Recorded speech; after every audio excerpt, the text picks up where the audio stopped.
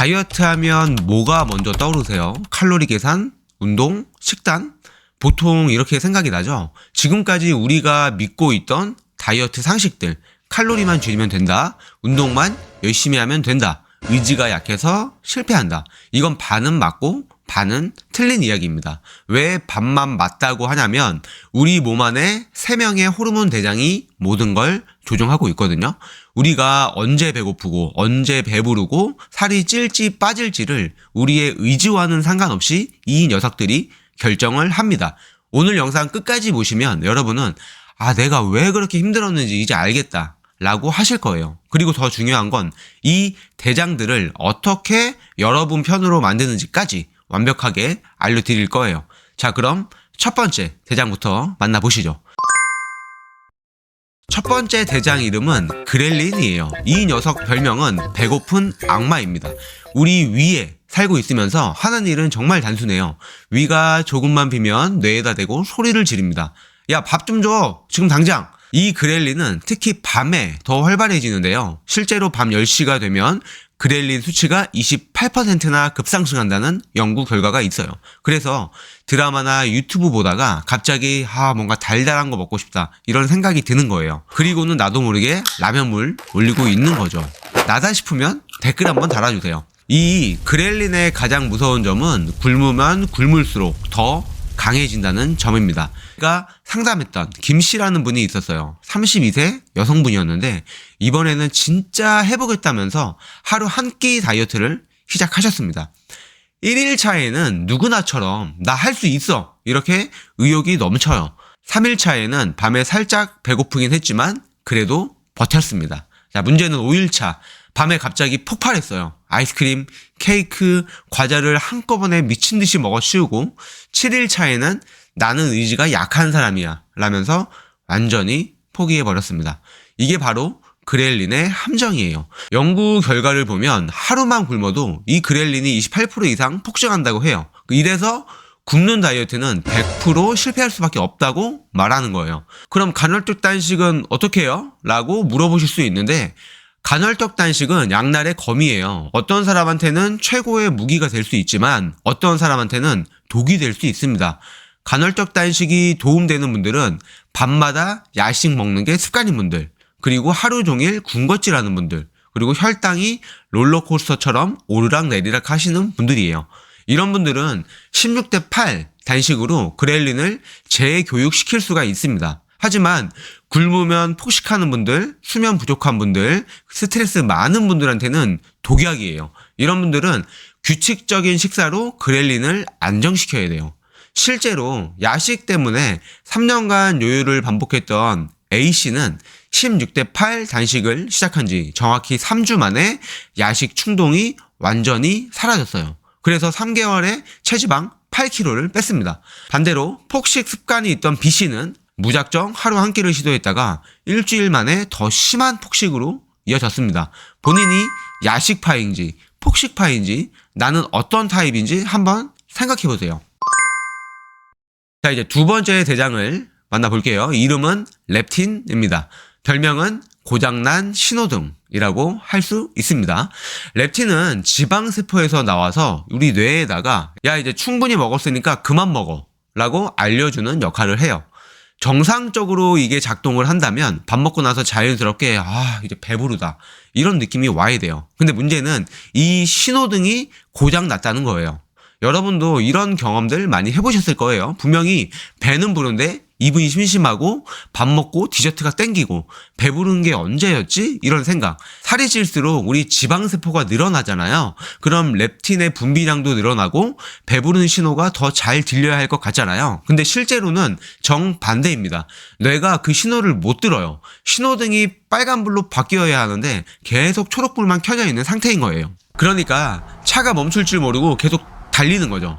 또 이 렙틴은 수면과 치명적인 관계가 있어요. 하루 4시간밖에 못 자면 렙틴은 18%나 감소하고 그렐린은 28%나 증가한다고 합니다. 한마디로 잠이 부족하면 배부름 신호는 완전히 꺼지고 배고픔 신호는 폭발해버리는 거예요. 이래서 잠이 부족하면 살찐다는 말이 나오는 겁니다. 저는 진짜 물만 마셔도 살이 쪄요 라고 생각하시는 분들 많으시죠? 아마 많으실 거예요. 제가 관리했던 분들 중에도 이런 말 달고 사시는 분들이 굉장히 많으셨는데, 이런 분들 생활 패턴을 살펴보면 매일 새벽 2시에 자고 가공식품을 입에 달고 사시더라고요. 그래서 제가 수면 루틴부터 바꿔드렸어요. 12시 전에 눕고 가공식품을 완전히 끊게 했거든요. 정확히 2주 만에 야식 욕구가 사라지고 3개월에 체지방 8kg를 빼셨습니다. 예전에는 밥 먹어도 계속 뭔가 먹고 싶었는데 이제는 이제 됐다 하는 느낌이 와요 하고 말씀을 저한테 해주시더라고요. 이게 바로 렙틴이 정상적으로 작동하기 시작하는 신호입니다. 이 고장난 신호등을 어떻게 고칠 수 있을까요? 첫 번째, 수면이에요. 이게 가장 중요합니다. 최소 7시간, 가능하면 12시 전에 주무세요. 스마트폰은 잠들기 전 1시간 전에는 보지 마시고요. 자, 그리고 두 번째, 가공식품 차단하셔야 합니다. 과자, 라면, 햄, 소세지, 패스트푸드, 그리고 달달한 음료들, 포장지 있는 음식들 다 피하시고 자연 그대로의 식재료로 드세요. 그리고 세 번째, 운동이에요. 운동으로 대사를 올리고 유산소로 인슐린 감수성을 개선하고 그리고 산책으로 스트레스 호르몬까지 조절하면 완벽합니다. 자, 여러분은 지금 수면 시간이 몇 시간이신가요? 자, 이제 최종 보스를 만날 시간입니다. 세 번째, 대장 이름은 인슐린이에요. 별명은 지방 저장소 관리자라고 할 수 있겠네요. 이 녀석이 진짜 무서운 게 뭐냐면 세 가지 일을 동시에 해요. 첫 번째는 혈당 조절. 탄수화물 먹으면 우리 혈당이 올라가잖아요. 그러면 인슐린이 세포 문을 열어서 포도당을 밀어 넣어요. 그리고 두 번째는 에너지 저장. 다 못 쓰고 남은 포도당을 지방으로 바꿔서 저장합니다. 그리고 세 번째가 좀 얄미운 건데 지방 연소 차단이에요.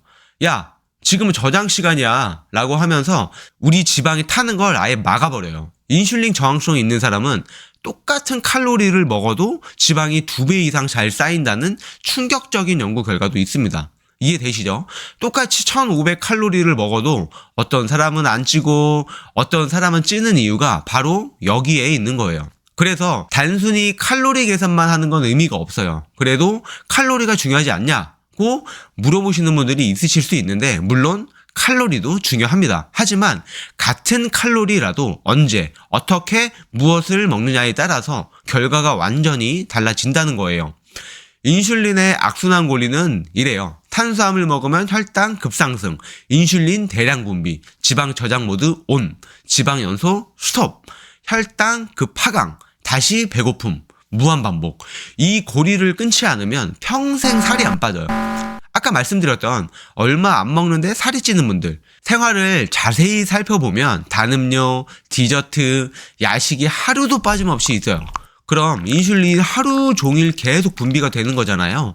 몸은 지방을 태울 틈이 전혀 없던 거죠. 방법을 바꿔야 합니다. 식사 순서를 채소, 단백질, 탄수화물 이렇게 바꾸고 GI가 낮은 음식 위주로 식단을 하셔야 돼요. 이렇게만 하면 나는 원래 안 빠지는 체질이라는 생각이 완전히 깨지게 될 겁니다. 그럼 이 인슐린을 어떻게 길들일 수 있을까요?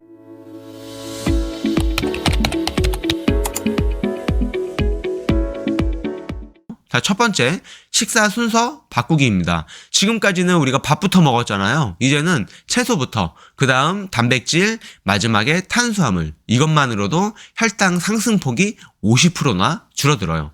자, 두 번째, GI 지수 활용하기. 흰 쌀밥 대신 현미나 귀리, 흰빵 대신 통곡물빵, 과자 대신 견과류, 단 음료 대신 물이나 차로 바꾸세요. 세 번째, 인슐린 휴식 시간 주기. 식사 간격을 5시간 이상 유지하고 야식은 완전히 차단하세요. 그리고 운동으로 인슐린 감수성을 회복시키면 됩니다. 여러분이 자주 먹는 간식은 무엇인가요? 자, 이제 이 3대장을 한꺼번에 정복하는 방법을 알려드릴게요.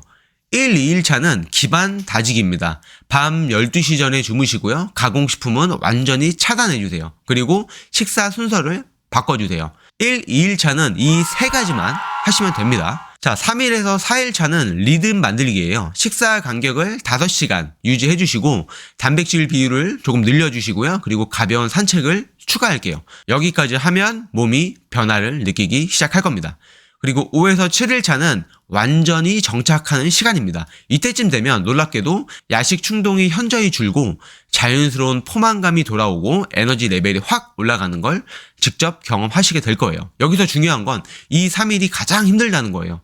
뭐든 처음이 힘든 법이잖아요. 이 이틀에서 3일 호르몬이 적응하는 시간, 이 고비만 넘기면 정말 자연스러운 몸이 바뀌기 시작할 거니까 꼭 무너지지 말고 해보세요. 그리고 3가지 황금 법칙을 꼭 기억해 주세요. 자, 첫 번째, 완벽보다는 일관성입니다.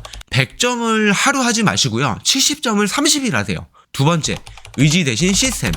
참겠다 라는 생각을 하지 마시고요. 안 사겠다 라고 하세요. 집에 과자를 아예 안 사오는 거예요. 세 번째, 단기 고통, 장기 이익입니다. 처음 2주가 고비예요. 호르몬이 새로운 패턴에 적응하는 시간이니까 조금만 참아주세요. 자, 마무리 정리해드릴게요. 지금까지 여러분이 다이어트에 실패한 이유는 의지가 약해서가 아니었어요. 방법이 잘못되었기 때문입니다. 이 호르몬 3대장이 반란을 일으키고 있는데 의지력만으로만 싸우고 있으니까 당연히 진 거예요. 맨손으로 탱크와 싸우는 것과 똑같습니다. 하지만 이제부터는 달라요. 그렐린이 길들여지면 폭식 충동이 사라질 거고, 렙틴이 회복되면 자연스러운 포만감이 돌아올 거고요. 인슐린이 안정되면 지방 연소 모드가 켜질 겁니다. 결과적으로 억지로 참지 않아도 식욕이 조절되고 요요 없는 건강한 체중 감량을 할 수 있어요. 평생 유지 가능한 건강한 라이프 스타일을 만들 수 있습니다. 여러분, 다이어트는 의지 싸움이 아니에요. 호르몬을 내 편으로 만드는 게 훨씬 중요합니다. 우리 몸은 원래 똑똑해요. 좋은 연료에 규칙적인 리듬만 주면 스스로 최적의 상태로 돌아가려고 합니다. 이제 더 이상 몸과 싸우지 마세요. 내 몸과 손잡고 함께 가세요. 그게 진짜 다이어트예요. 마지막으로 과제 하나 드릴게요. 다음 영상 올라올 때까지 딱 하나만 실천해보세요. 식사할 때 채소부터 먹기. 이것만 해도 인슐린이 확 달라져요. 나는 보통 몇 시에 가장 배고픈지, 어떤 음식을 먹으면 더 배고파지는지 이런 것도 한번 생각해 보시고 알려주시면 좋을 것 같습니다. 오늘 영상이 도움이 되셨다면 좋아요 꾹 눌러주시고 구독하고 알림 설정까지 눌러주세요. 그럼 다음 영상에서 뵙겠습니다. 감사합니다.